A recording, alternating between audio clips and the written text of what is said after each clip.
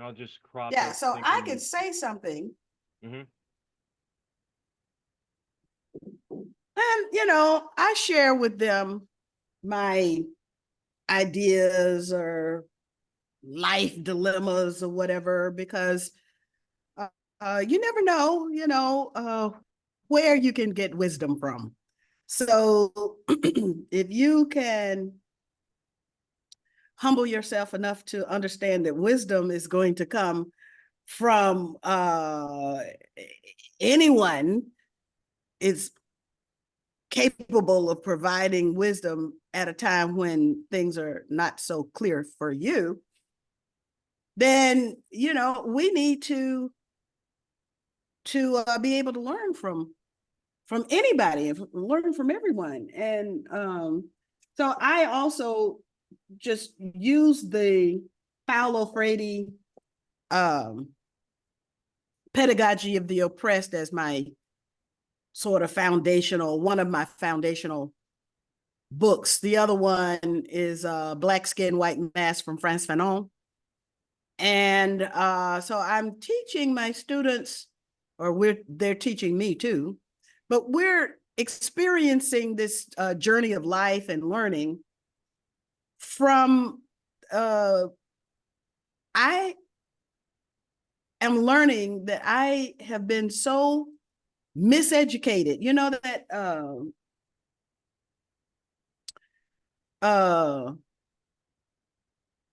album, but I don't think they call them albums now. Lauryn Hill, The Miseducation of Lauryn Hill, which fab, it'll blow you away. And I had just happened to be a Lauryn Hill fan. And it's like we've been miseducated, particularly those of us in the West. So I'm so fortunate to be in a whole different part of the world where people's thought processes are completely different and their foundational viewpoints are completely different. And that challenges me sometimes, because then what I have to step back and think is, well, wait a minute.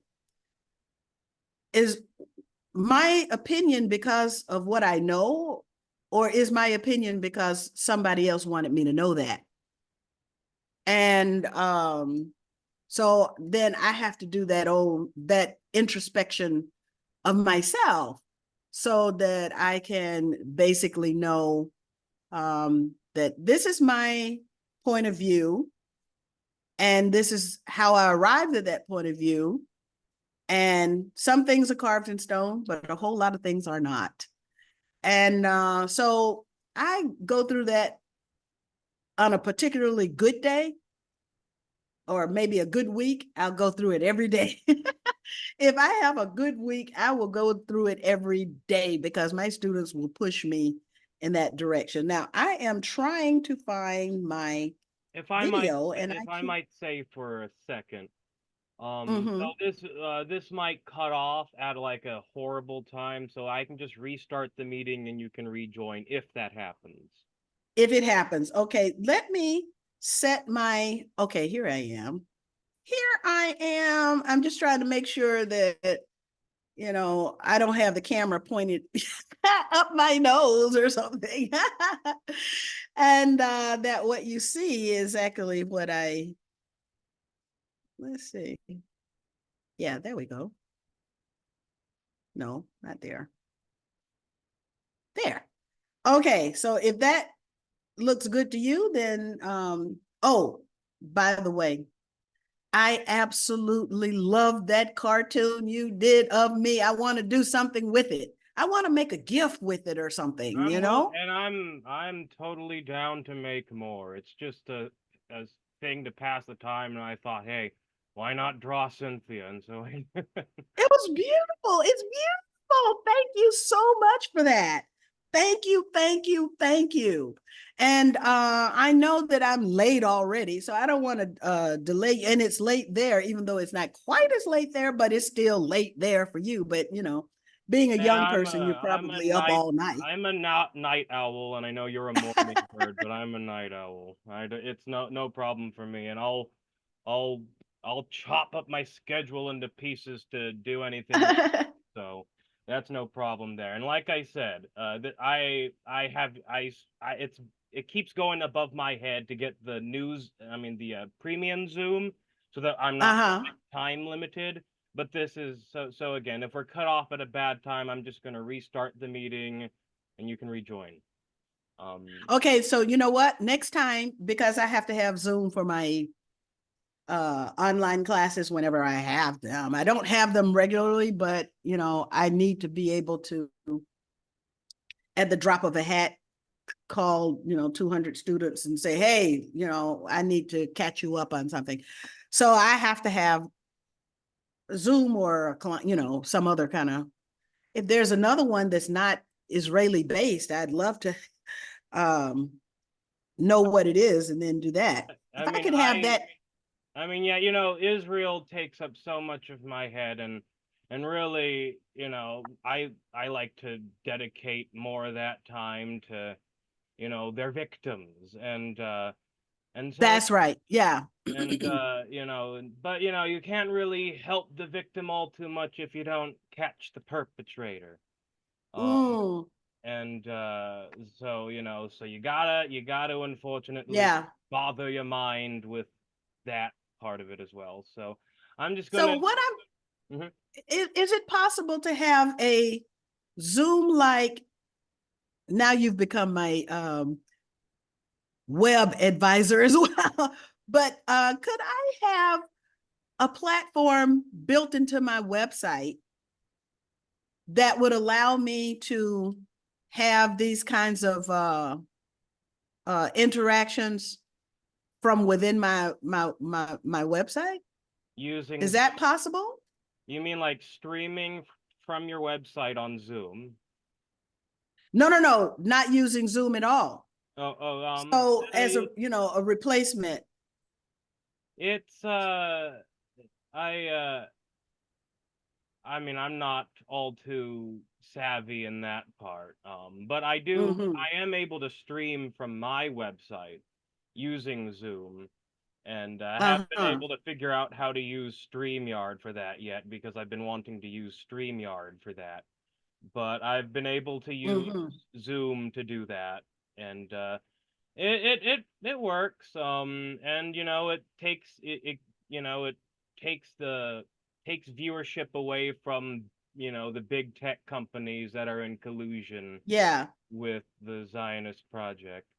So let me just get this monologue out of the way, and we can talk about so much more Okay. outside of Shiva. Yeah. What we need to do. That's right. Okay, so let me just okay. In this segment of Rec Streams, I'll be speaking with my good friend, my mentor, Dr. Cynthia McKinney, primarily on my choice in 2024 presidential candidate, Dr. Shiva Ayyadurai. Before this, I would like to speak to why I've chosen Dr. Shiva. In RFK Jr., I once saw a candidate for medical freedom, but then I needed to denounce RFK Jr.'s blatant advocacy for Zionist expansionism and to denounce his candidacy altogether. In Cornell West, I saw a candidate that spoke a good game on freeing Palestine, but then I discovered a clip of West praising Dr. Fauci to his face during the peak of COVID 1984, going so far as to call Fauci, or Fausti, as Cynthia would call him, a superhero, calling Dr. Fauci a superhero to his face. So, of course, West fell short of my criteria of as well. In this polarizing time, when Ziocons have the audacity to call Iran's retaliation against Israel unprovoked, Gentiles of all creeds require a champion, particularly in the States. For so long, I was without a horse to back until recently with my discovery of Shiva's candidacy. He met my litmus test, both anti COVID 1984 and anti Zionist. I now turn to Dr. McKinney for her insights on the candidacy of Dr. Shiva. Dr. McKinney, given the strong, courageous stances of Dr. Shiva on issues like medical freedom and foreign policy, how do you see his candidacy influencing the current political landscape? Well, first of all, I wish that Dr. Shiva's candidacy were more broadly, how can I say, popular or at least known about. And if we look at RFK Jr., who also fails my litmus test too, but if we look at his candidacy, I think there's a huge lesson in it that now he is turning to the Libertarian Party. And the reason he's turning to the Libertarian Party is because of that one issue that the Uni Party seems to have. About RFK Jr., right? Yes. Yeah. And that is the issue of ballot access. So with ballot access being the issue, then how do we create a groundswell when we can't even get our candidate on the ballot? And so of course, it's impossible to look at the political scene in the United States today and not be aware of Dr. Shiva, because I think there are many aspects of his candidacy at that time for the United States Senate, I believe, that were groundbreaking. And the things that were done to him to make sure that there was no place at all whatsoever in the politics of the US for Dr. Shiva, that told me, well, that's where I need to be. That's where I need to focus, because we don't see that kind of animus really against RFK Jr. But then Dr. Shiva has actually made a difference in our awareness of how corrupt our system is, not just because of what happened in his candidacy, but also what they personally did to him. So how far did big tech go? How far did the Democratic Party go? How far did the political establishment go to keep Dr. Shiva out of the political mainstream? And has that stopped? Quite frankly, no, it hasn't. So in my mind, just because if they tell me it's blue, then I'm going to make sure that there's not a hint of blue anywhere. I'm not going to see the blue. I'm going to see everything but the blue, and then I'll come and see the blue. So with everyone pointing me in this direction, or pointing all of us voters in that matter, for that matter, in this direction, that direction, the other direction, anywhere except Dr. Shiva, then I want to look at more about Dr. Shiva. And I have to tell you, I have to learn a lot more about Dr. Shiva. But what I can say is he has done the people of the United States a huge favor in exposing the level of corruption in big tech. That's number one. So presently, and I'm go ahead. sorry, but so presently, with the information at your disposal, is he endorsement material? Is the endorsement what? Presently, yeah, presently, with the information you have at your disposal, is he endorsement material? Oh, he's absolutely endorsement material. What we have to figure out is how can we define this process so that we can be victor material. And so that's what I, would like to sort of contemplate, think about. I have a story to tell you because you bring that Okay. up. You bring that up, and like, I'm about to start, circulating petitions for him. But he, you've had, petition circulators for him already. They've been arrested outside of grocery stores, and yet that is their constitutional right. They are entirely legally protected to do that.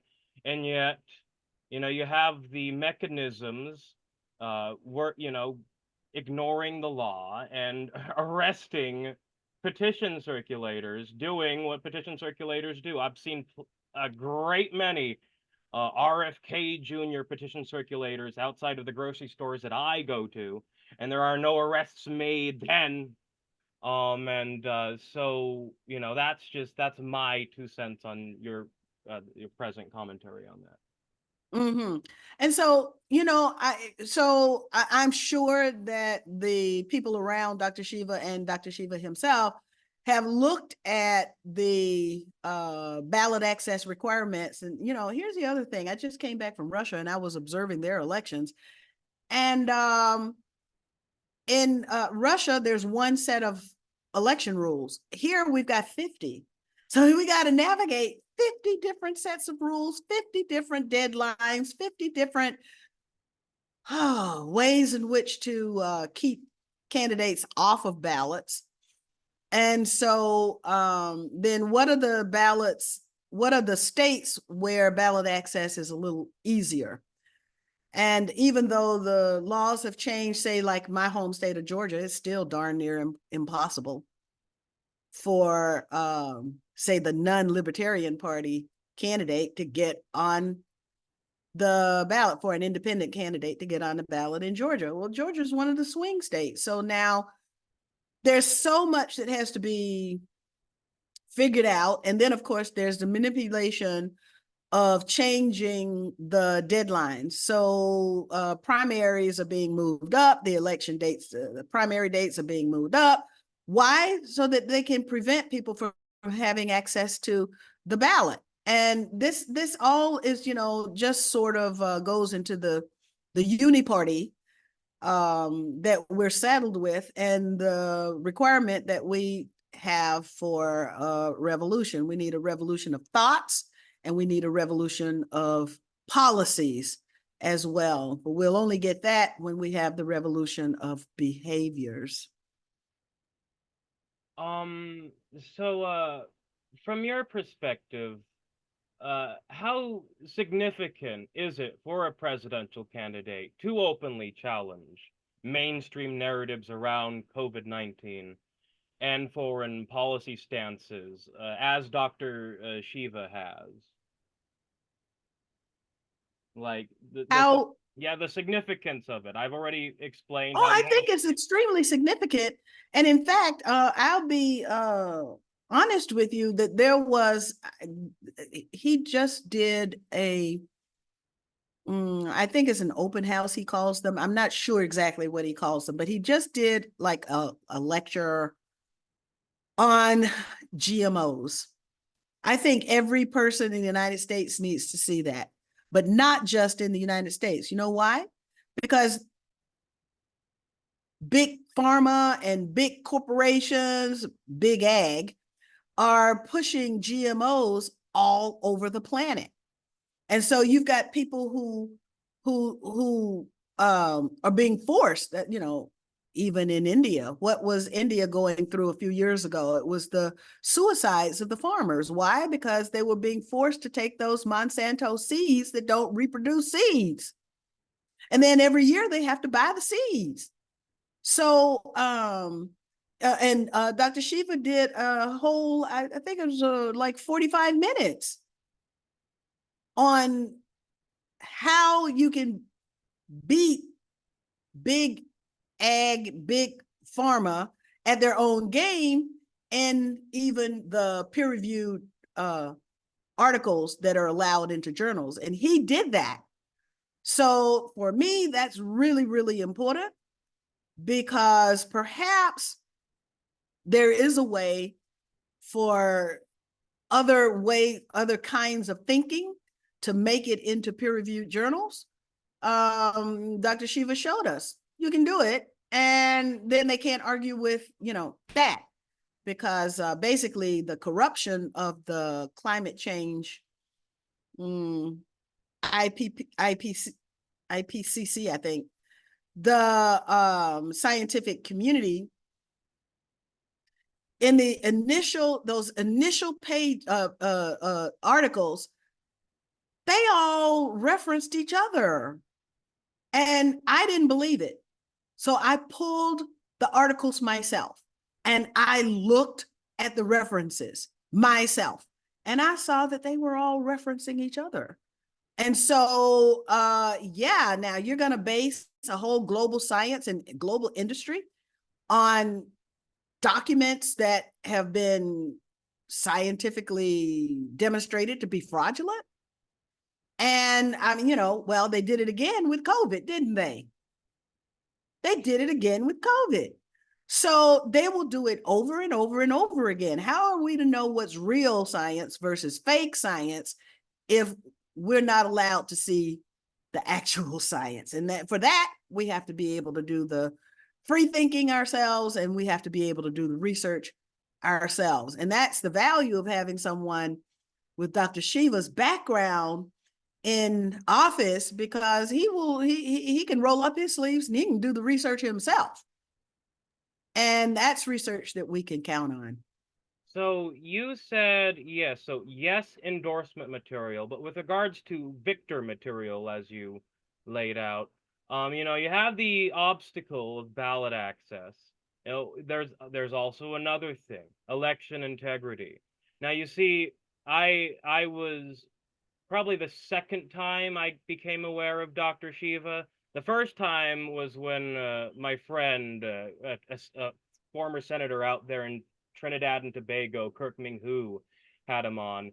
And this was way before this. But the second time that I really got notice of Dr. Shiva was when he did the Arizona 2020 election audit, when he was appointed by the Arizona Senate to oversee that.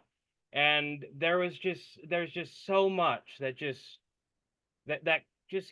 killed my faith in electoralism. I don't like to think of myself as an anti-electoralist, but then you see, I absolutely empathize with those who see this electoral system as irredeemable. What are your I would agree with you on that. I agree with you, because there's so many flaws in the system. So the value of I have my template for global social control. I use it in my class, and this is the first semester that I've actually used that template. I have another template that I use, which is a template, I call them my templates, my template for the international system. And so basically my template for the international system reflects what I discovered through my own personal experiences of traveling all over the world and seeing who even gets to travel all over the world, right? It's really an apartheid world. It's a world of apartheid. And then when you look a little bit more deeply, what you see is that you've got the world basically divided in those who did the colonizing and those who were colonized. And so then, learning from Frantz Fanon, we understand that there's a psychology with of the colonizers, and there's a psychology of those who were colonized. And we have to get through all of that. So basically, what I'm trying to say is that there's a construct, a political construct that has been created, and who created it and why did they create it? They created it for themselves, but they lead us to believe that this creation is for us. It's not for us, and it was never for us. Okay, so now in my template for global social control, I've got an oval table. I've got 3 people on this side, 3 people on the short side. I've got 10 people on the long side and 10 people on the other long side. So I've got a table of 26 people, and I ask my students, okay, let's look at several different issues. Let's look at COVID, because everybody was affected by COVID. Who would be the 26 people around the table? We know Tedros was the face, but he wasn't the brains of that operation. So now who else deserves to go around that table? And then after we do one or two more topics, issues, then I ask my students to think in terms of who has a permanent seat at the table. And let's think about naming, facing, titling them. And so that's where I am in this whole sort of trying to figure out the world, and trying to figure out my place in the world, and trying to figure out how my students can become the leaders that the world needs, that Bangladesh needs, that we need, that our generation needs. And so now we're trying to figure out who the permanent seats, like the permanent seats at the United Nations, who are the permanent seats around this table of global social control. And I think that if we had people who were not viable, they will not sacrifice their sacred values in order to get a seat at the table. Those are the people that we need to have in leadership positions. And how do we even know who they are? I think Dr. Shiva is one of those persons. But now you tell me, what is it that I can do in order to sort of, I'm on the other side of the planet, but what can I do to promote Dr. Shiva and to promote his candidacy? One of the things that I think is really important for us is to, how can I say this? Expose people to the lies in which they think are the truth. They think that's the reality, but, they exist in a world of manufactured realities, manufactured truths, manufactured consents, manufactured political candidacies, like Rishi Sunak, all manufactured.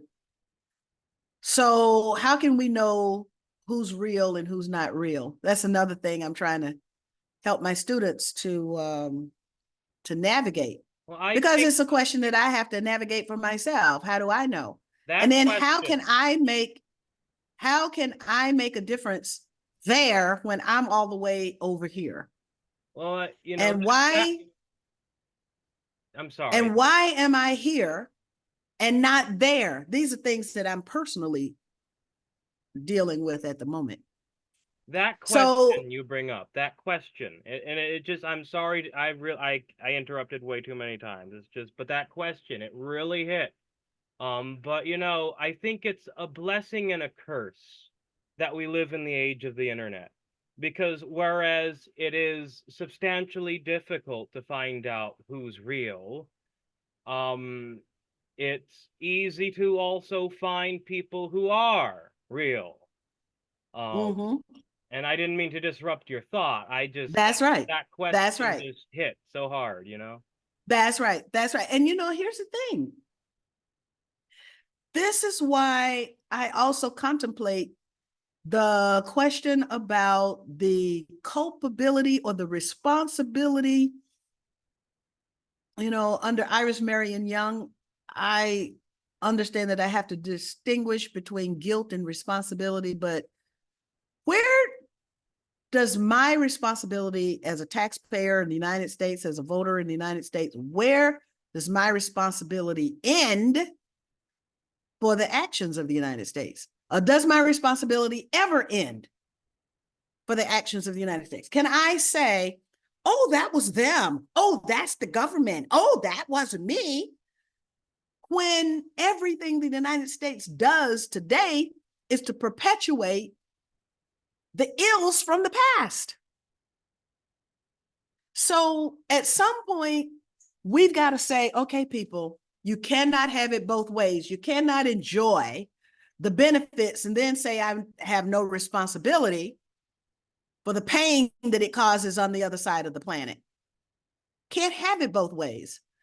And so I don't know, to be honest, William, I don't know if the people of the United States are ready for tough love, the tough love that they need, because right now they're not getting any kind of love, right? I think, while you have a point there, we're at the precipice of a civil war, a national divorce of some sort.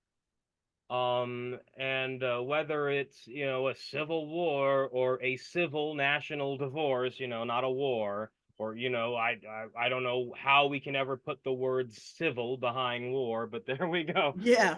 War is the very exact opposite of civilization. It's the antithesis. But I think we have this moment where a former president is on his the first criminal trial of an ex-president.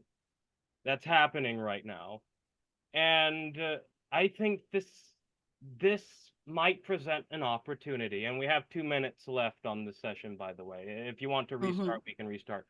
But we're at a precipice with that. And I'm thinking out of the chaos can bear a new system. Dr. Shiva is a system scientist, but I want to break up the corporation of the United States into several kingdoms, republics, and democracies, because this is not working. You have half of the country and another half, and then you have fringes trying to force their values onto each other every single 4 years. To what end? It just all gets reversed on whichever, opposite side of the uniparty wins. And I just feel in a system where you really localize, you just slice the states into pieces like a pizza for a elementary school classroom, and you're on a teacher's pay. Something's got to give, and I don't think that just like the empires of the past, that this can maintain itself for too much longer. Not at all. Okay, so why don't you restart and let me answer that question. Indeed. Or try. Yes. Let me discuss. Okay, we'll restart right now. Okay.